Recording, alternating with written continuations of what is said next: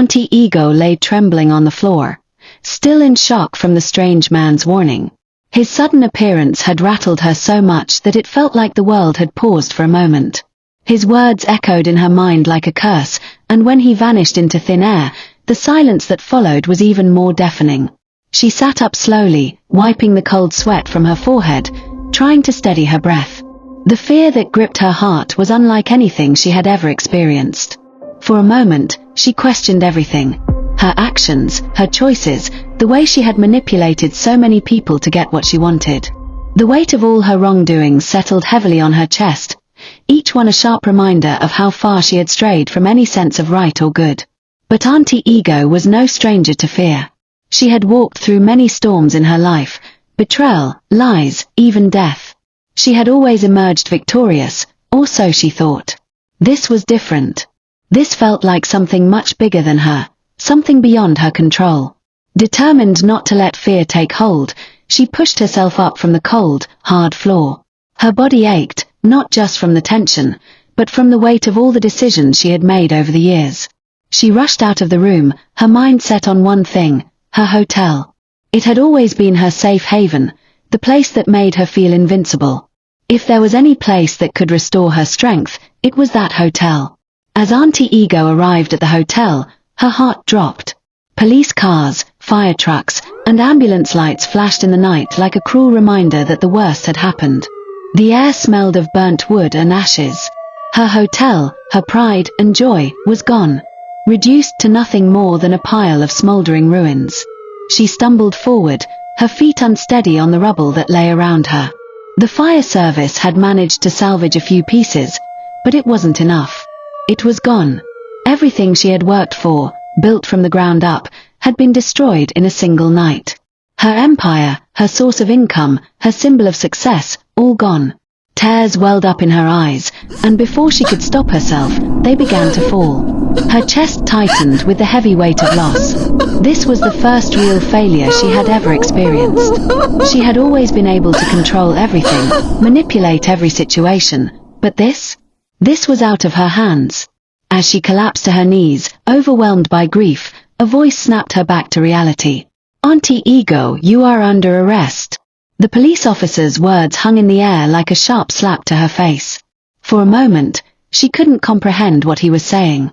She shot to her feet, her fists clenched in fury. "For what?" she demanded, her voice thick with anger. "Do you have any idea who I am?" The officer remained stoic, unmoved by her outburst. "Madam, you have the right to remain silent. Anything you say will be used against you in a court of law." Before she could protest further, they tried to cuff her. Panic surged through her veins. She couldn't let this happen. Not now. Not after everything. "I have to make a call," she screamed, her hands pushing the officers away as she dialed a number she knew by heart, a powerful commissioner who had always had her back. The phone rang. It felt like an eternity before the commissioner's booming voice came through the line. "Give the phone to the officer." The officer complied, speaking in hushed tones as Auntie Ego watched, her heart racing in her chest. Every second felt like it was dragging on forever. Finally, the officer turned to her, his expression unreadable. "Madam, you are free to go," he said coldly. She stood frozen, staring at him, her mind spinning. Anger, relief, disbelief. So many emotions coursed through her all at once. "Get out," she spat, her voice venomous. The officer left, and Auntie Ego let out a shaky breath. It had been a close call, but for now, she was free. She had escaped, but the danger wasn't over. Deep down, she knew that this was just the beginning. The consequences of her actions were closing in, and there was nowhere left for her to hide. Auntie Ego couldn't help but wonder what had brought all this misfortune down upon her. Was it the prayers of Oluchi and her mother? She couldn't bring herself to believe it. Their prayers couldn't be that powerful, could they? But something in her gut told her that this wasn't a coincidence. She felt a gnawing discomfort, a strange unease that she couldn't shake. Why had Oluchi's mother intervened? If it wasn't for her, Oluchi would have been just another pawn in Auntie Ego's game. She could have been sacrificed, her life used to save Ademola, the man Auntie Ego had been determined to destroy. Frustration boiled inside her as she sped toward the old woman's hut. She needed answers. She needed to know what had gone wrong. When Auntie Ego arrived at the hut, she stormed in without hesitation. The old woman sat calmly, her expression unreadable. It was as though she had known Auntie Ego would come, like she had been expecting this moment for a long time. "I warned you to leave that girl alone," the old woman said, her voice a stern warning. "She will be your undoing." Auntie Ego's fists clenched at her sides, her frustration boiling over. "But you told me that if I introduced her to this life, she would be nothing. Does that mean you've lost your power?" she demanded, her voice rising with anger. The old woman's eyes flashed, a cold fire burning in them. "Don't dare test me, Ego. I made you who you are, and I can unmake you. If you're not careful, you'll fall, and I'll let it happen. You've already pushed the gods too far." Auntie Ego staggered back, stunned by the force of the old woman's words. Her arrogance had always been her shield, but now, it was cracked. She was afraid, and for the first time, she didn't know what to do. "What should I do now?" she asked, her voice trembling. The old woman turned away, her face unreadable. "The gods are silent. Go now. I will let you know when they speak." Auntie Ego felt a shiver run down her spine. "How can you say I should go, knowing what's happening?" she asked, her voice shaking with panic. The old woman responded cryptically, "You can only go round a pepper tree, but you cannot climb it. A child that prays for rain should be prepared to be drenched when it starts raining. Every action has a consequence. Ego. Go and live with yours." Auntie Ego froze, her mind reeling. The old woman's words cut through her like a knife. Oluchi was untouchable. She had a higher power watching over her, and Auntie Ego couldn't destroy her without paying the price. "I'm not ready to go down," the old woman whispered softly. "So I'll let the gods handle it." Auntie Ego stood motionless, her heart pounding. Her mind raced with 1,000 thoughts, none of them comforting. Without the old woman's protection, she was exposed, vulnerable. And yet, there was nothing she could do. Her fate had already been sealed. Auntie Ego walked out of the hut in a daze, her legs unsteady beneath her. Her mind raced, and for the first time, she was unsure of what would come next. The gods were silent, but she knew they were watching, waiting for her to make her next move. There was no escaping what was coming. The consequences were already in motion, and there was no way to stop them. All she could do now was wait. Back at Ademola's house, Olivia was preparing for the grand wedding. The house buzzed with activity, but something wasn't right. As she rushed from room to room, her mind was clouded with worry, and her body was stiff with nerves. She had waited for this moment for so long, but the closer the wedding got, the more unsettled she became. The air felt thick with something she couldn't identify. Suddenly, in the hallway, a shadow crossed her path. Her heart skipped a beat, and a chill ran down her spine. She froze. There, standing in front of her, was a figure she had tried to forget, a shadowy figure, his features hidden in darkness. It was the old man. The same one who had haunted her thoughts for weeks. The one who had warned her, the one who had made her promise to make a sacrifice. His presence sent a wave of fear coursing through her veins. Olivia screamed and instinctively tried to push him away, but he didn't move. His face remained cold, emotionless, like a ghost who had been waiting for her. The sacrifice she had made to tie Ademola to her suddenly felt like a weight too heavy to bear. He didn't need to say anything. His presence alone was a reminder of the dark pact she had sealed. Ademola, who had been lounging in the sitting room, heard her scream. His heart raced, and suspicion crept into his thoughts. He stood up, walking toward her. "What's going on?" he asked, his voice betraying a growing unease. Olivia quickly wiped her eyes, trying to mask the panic. She couldn't let Ademola see the fear in her eyes. "It's nothing, Ademola," she said, her voice trembling despite her efforts to remain calm. But Ademola wasn't convinced. His eyes narrowed as he studied her, noticing the cold sweat on her forehead. "What is it, Olivia? Talk to me." Olivia turned away, pretending it was nothing, but deep down, her heart was racing. She needed to get to her room before her secret slipped. As Olivia retreated to her room, Ademola's phone rang.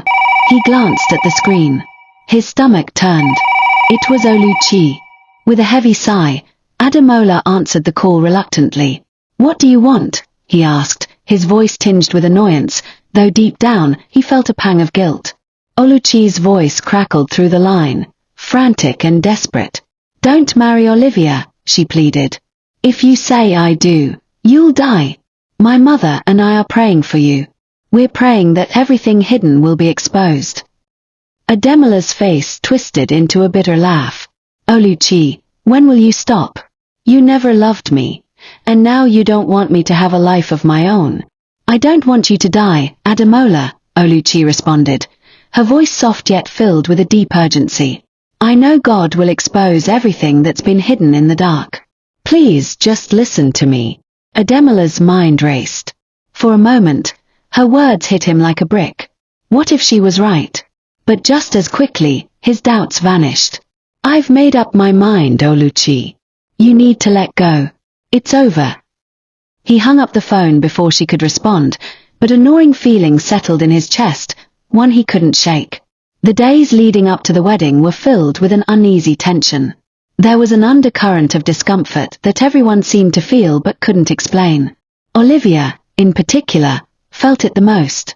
Her heart was heavy, as if some unseen force was watching her every move. She tried to focus on the wedding, the event she had dreamed of for so long, but the unease refused to let her go. In her luxurious home, Auntie Ego paced nervously, her thoughts racing. She couldn't stop thinking about Oluchi, the girl who seemed to be at the center of everything. Auntie Ego's attempts to break the bond between Oluchi and Ademola had failed, and now she feared she had lost control. Her mind kept drifting back to the old woman who had given her power all those years ago, but she was afraid. The old woman had warned her not to return, and yet here she was, desperate and alone. Auntie Ego knew she had crossed a line that couldn't be undone. But her pride wouldn't allow her to admit defeat. She had to find a way to regain her power, or everything would crumble. Meanwhile, Oluchi and her mother were praying every day. Their prayers had shifted from simply praying for Ademola's safety to praying against the darkness that surrounded them. Oluchi's faith grew stronger with each passing day, and she knew that the truth would eventually come to light. Though Oluchi had no idea how close Auntie Ego was to breaking, she had a strange sense of foreboding. A storm was coming, and it was going to change everything. The long-awaited wedding day arrived. Everything seemed perfect. The venue was adorned with white flowers and golden lights, a picture-perfect setting for a fairy tale. Guests from all over the city filled the room, their laughter and smiles creating an atmosphere of joy. But to those who knew the couple well, especially Oluchi and her mother, there was something off. The air felt heavy, as though something unseen was looming over them. Auntie Ego sat alone in her hotel room, trembling. Her phone rang. Her staff had called to inform her that her shop in Lekki was on fire. She screamed, her heart sinking. It was as though everything she had worked for had come crashing down. Then, the voice echoed in her mind again, a voice she couldn't escape. "Confess, or die." Auntie Ego froze. She was caught in the grip of fear, yet deep inside, she knew she had to make things right. But what was right? What if Oluchi's prayers were already working? Downstairs, Olivia stood before a mirror, her white lace gown shimmering. She looked stunning, but her heart was in turmoil. She knew Ademola didn't love her fully. His heart had always belonged to Oluchi, and yet, here she was, on the verge of becoming his wife. She had sacrificed so much to get here, and there was no turning back now. Ademola, too, stood before his mirror, dressed in his wedding suit, his reflection cold and distant. The weight of the past few days weighed on him. The dreams, the voices, Oluchi's warnings, they all danced around in his mind. Something was not right, but he couldn't pinpoint what. As the ceremony began, the music played, and Olivia walked down the aisle, a smile on her face but worry in her eyes. Ademola stood at the altar, waiting. The guests were all smiles, but a few of them felt the strange tension that filled the room. And then it happened. Just as Ademola and Olivia were about to say their vows, a loud crash echoed through the hall. Heads turned, and gasps filled the air. A figure stumbled into the room. Auntie Ego. Her appearance was a far cry from the powerful woman everyone knew. Her face was pale, her hair unkempt, and her movements frantic. She pushed through the crowd, her voice shaking as she screamed, "I will confess! I will confess!" The room fell into stunned silence. Olivia's eyes widened, and Ademola's confusion deepened. What was happening? Auntie Ego stood before the altar, pointing a trembling finger at Ademola. "This is a mistake," she cried, her voice filled with pain. "You can't marry her. You'll die if you do." The crowd murmured in shock, trying to make sense of the chaos. Ademola stepped forward, his voice barely above a whisper. "Auntie Ego, what are you talking about?" Auntie Ego's face twisted in anguish. "You were never meant to choose Oluchi over me. I hated her for it. I did horrible things, sacrifices, lies, everything. I wanted to destroy her. I worked with Jennifer and Olivia. We wanted to stop you from being with her." The room was dead silent as the truth slowly sank in. Olivia's face drained of color as she stepped forward, panic creeping into her voice. "Auntie Ego, stop this," she pleaded. But Auntie Ego didn't stop. Instead, she cried out, scratching her arms as though an invisible force was whipping her. "I'll confess! I'll confess! Tell them, Olivia! Tell them the truth!" Olivia collapsed to the floor, her clothes tearing as she screamed. "Fire! Fire! I'm burning! Yes, I used my baby as a sacrifice to tie Ademola. I locked his destiny in a spiritual box. It was all Jennifer and Auntie Ego's plan. I didn't want to do it, but they said Oluchi and Ademola must never be together." The guests were frozen in shock. Some cried, others covered their faces in disbelief. Oluchi stepped forward, her presence calm yet powerful. She looked at Auntie Ego, her voice steady. "Auntie, I trusted you like a mother, but you tried to sacrifice me." Auntie Ego's face twisted with anger. "You think your prayers can save you?" she hissed. "You have no idea who I am." Oluchi stood tall, her faith unwavering. "But I know one thing," she said. "What's hidden in darkness will always come to light. Today, that light has come." Oluchi's voice was calm but filled with power. "All that is hidden in darkness will eventually be brought to light." She turned to face the room, her words piercing the tension in the air. Auntie Ego's actions have not gone unnoticed. The truth will be revealed today, and no amount of darkness can hide it. Oluchi shook her head. "It's not just about prayers, Auntie. It's about faith. And in the end, faith is more powerful than any dark force you've ever known." For the first time, Auntie Ego felt fear, true, unshakable fear. She had no power here. The crowd stood in stunned silence as the truth was revealed. The wedding was forgotten, the vows left unsaid. The drama that unfolded before them would change the course of their lives forever. As the tension reached its peak, Ademola stood frozen, caught between two women. One, the woman he had promised to marry, and the other, the woman who had once held his heart. But he couldn't deny the truth in Oluchi's words. He knew now that he had made a mistake, and that mistake had cost him so much more than he could ever have imagined. The chaos didn't end there. Oluchi turned to Olivia, telling her that she needed to go get the box that had trapped Ademola's spirit. "You need to unlock it so Ademola can be completely free," Oluchi urged her. Olivia froze in place, fear gripping her. "If I do that," she said, her voice trembling, "I will die."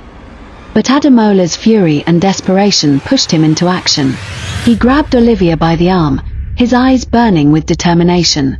"If you don't get that box, I'll have you arrested for all of this," he threatened.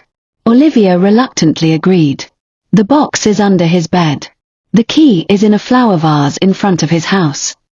With no choice, Olivia hurried to the house. The crowd stood still, waiting in hushed anticipation as she returned with the box. Oluchi's mother stepped forward and took the box from Olivia. She opened it and gasped. Inside were two images, one facing forward, the other backward. She untied the bundle, and immediately, Ademola's body jerked violently as though something was leaving him. He collapsed to the ground, the sound of his body hitting the floor reverberating through the room. Oluchi rushed to his side, calling his name in panic. The entire room erupted into chaos, but amidst the confusion, Ademola suddenly jerked back to life. He sat up, looking at Oluchi as if seeing her for the first time. "What's happening?" he asked, confusion in his voice. Olivia, meanwhile, was still screaming, caught in the overwhelming consequences of her actions. She was no longer in control. The guilt and terror overtook her, and she bolted from the room, running madly into the street. In the midst of the chaos, Auntie Ego clutched her chest and collapsed to the ground, unconscious. She was rushed to the hospital, but doctors soon confirmed that she would be paralyzed for the rest of her life. She cried uncontrollably, and in a final moment of desperation, she sent for Ademola and Oluchi. She begged for their forgiveness. Meanwhile, Jennifer heard the news of Auntie Ego's downfall and Olivia's madness. In her desperation and despair, she drank poison, unable to live with the knowledge that her plans against Oluchi had failed. By the time a guard discovered her in her cell, it was too late. Jennifer had already passed away. When Oluchi heard the news of Jennifer's death, she didn't rejoice. She sat quietly, her hands clasped together, whispering a prayer. She wasn't happy that Jennifer had died, even though she had caused so much pain. Instead, she felt sorrow that a life had ended in such darkness. She stood up, walked to her mother, and said, "This is why we keep praying. So that hearts will turn before it's too late." Ademola, still recovering from the spiritual release, sat beside her. He reached out, held her hand, and looked into her eyes with a depth he hadn't shown in a long time. "You saved my life," he said softly, "and I nearly lost you because of blindness." Oluchi gave him a small smile. "You were never lost. You were only tied." Oluchi's mother stepped in, her face etched with sadness but also wisdom. "This is a chance to move forward, but only if you allow the truth to guide you. We all have things we need to reconcile with ourselves, each other, and with the past." The city buzzed with talk for weeks. The grand wedding that never happened became the topic on every lip, but for Oluchi and Ademola, their story was just beginning. They chose to stay quiet, avoiding the spotlight, and focused on healing. Together, Auntie Ego remained in the hospital, her days filled with regret and silence. She refused to speak to anyone except the pastor Oluchi's mother brought to her bedside. Her once proud spirit was now broken, her hands trembling with the weight of her own decisions. Olivia was never seen again. Some say she wandered far from the city, lost in her own madness. Others say she joined a religious group in search of redemption. No one could confirm. As the day passed, the tension began to lift, and a heavy silence settled over the house. Auntie Ego, still recovering in the hospital, had sent word to Oluchi and Ademola. She asked for forgiveness, but in the depths of her soul, Oluchi knew there was no easy path forward. The betrayal ran deep, and while forgiveness was possible, healing would take time. Later that evening, Oluchi found herself at the front gate of the house, gazing at the horizon. The sun had set, and the air was calm. Her mind wandered to everything that had led to this moment, the pain, the darkness, and the ultimate triumph of truth. She felt a soft touch on her shoulder. It was Ademola, standing there silently for a moment before speaking. "I know I've hurt you, but I will spend my life trying to make it right," he said, his voice filled with sincerity. Oluchi nodded. "We both have a long way to go, Ademola. But we can't fix what's broken by ignoring it."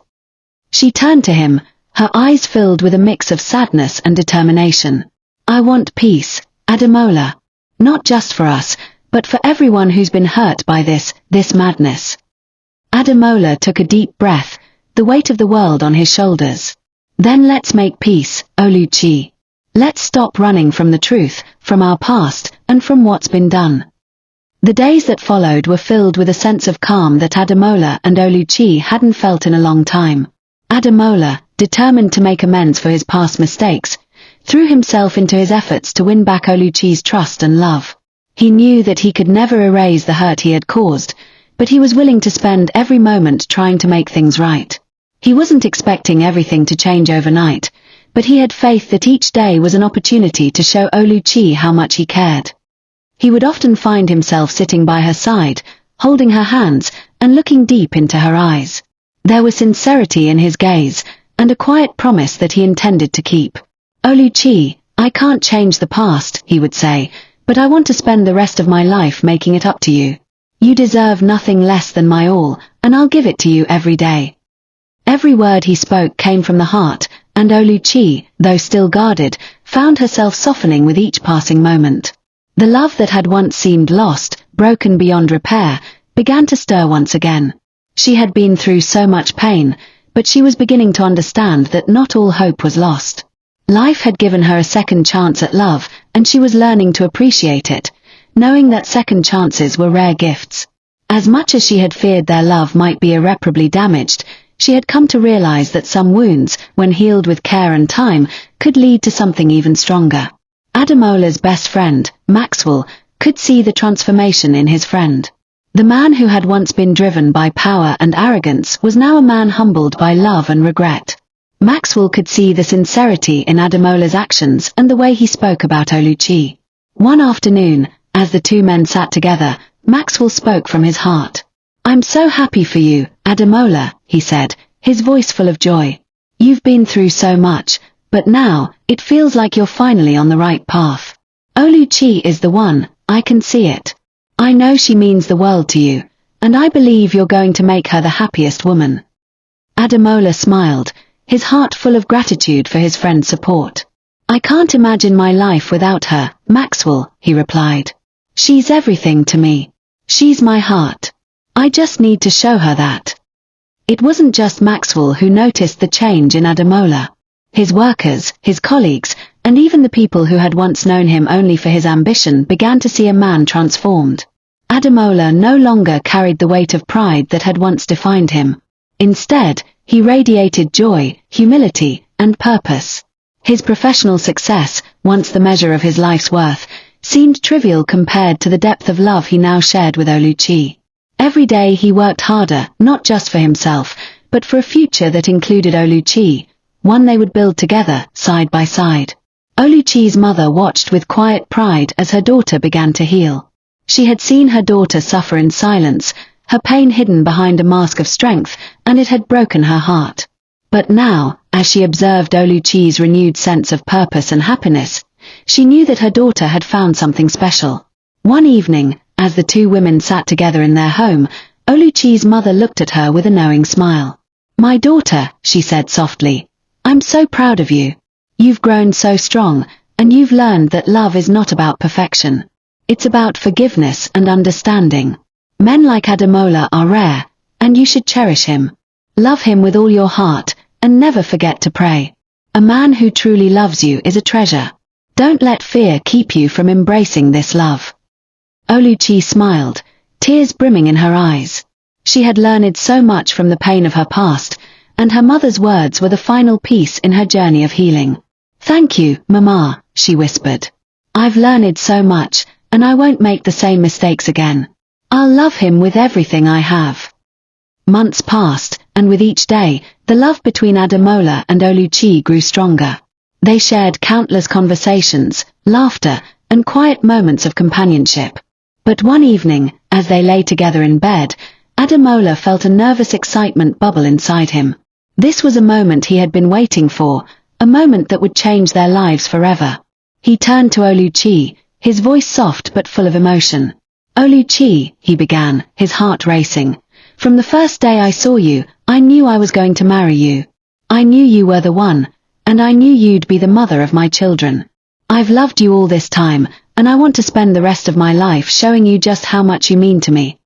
Oluchi's heart pounded in her chest, her emotions swirling as she listened to the man she loved speak words that felt like a dream come true. She had never felt so loved, so cherished. Her eyes filled with tears, and she struggled to hold them back, overwhelmed by the depth of the moment. Ademola reached into his nightstand drawer, his hands trembling with anticipation. He pulled out a small velvet box, and as he opened it to reveal a sparkling engagement ring, his voice cracked with emotion. "Oluchi, will you marry me?" Without hesitation, Oluchi gasped in surprise and joy. Her hands trembled as she knelt beside him, overwhelmed by the moment. "Yes, yes, I will marry you. I nearly lost you once, and I won't lose you again. I was afraid, but no more. I promise I will be your best friend, your happy place. I will love you, support you, and pray for you, my love. Yes, yes, I will marry you." They embraced, their lips meeting in a passionate kiss that sealed their promise. It was a moment of pure joy, one that would stay with them forever, a testament to the power of love and second chances. 3 months later, the wedding took place. It was a grand event, a celebration of love, faith, and redemption.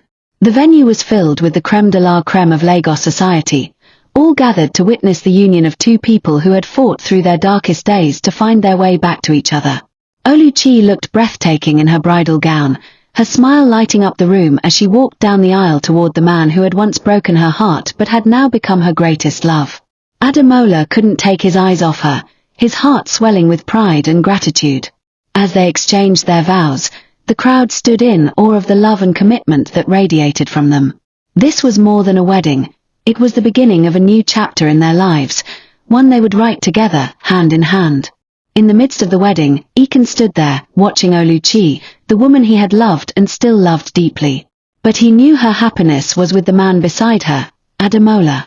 With a heavy heart, he stepped forward, extended his hand, and shook Ademola's. "Oluchi, congratulations," Eken said, his voice steady but filled with emotion. "I wish you both all the best."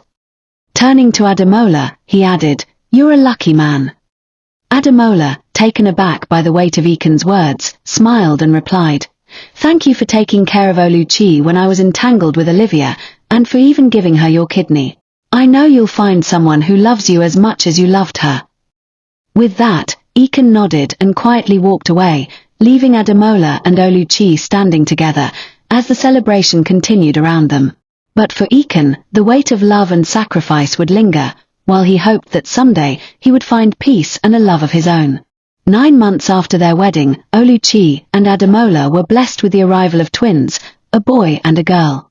The joy they felt was indescribable. Their hearts were full, their home filled with laughter and the sound of tiny feet. As they looked at their children, they felt a sense of peace and fulfillment that had long eluded them.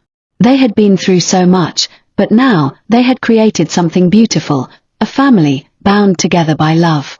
As they held their children in their arms, they knew that they had faced their darkest moments and come out stronger, more united, and more in love than ever before.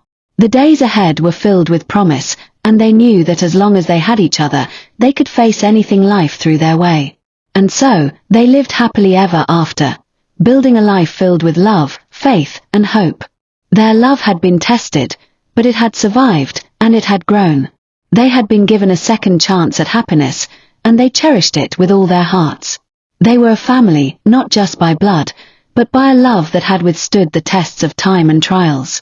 Their story was one of redemption, second chances, and the healing power of love. And as they looked forward to the future, they knew that the best was yet to come. And so, dear friends, we have come to the end of the story of Friends' Betrayal. Let this be a reminder that not all friends are evil. But always be careful who you trust. I love you guys. It has been a journey. I will see you in our next story. Please subscribe to our YouTube channel for more interesting African folk tales.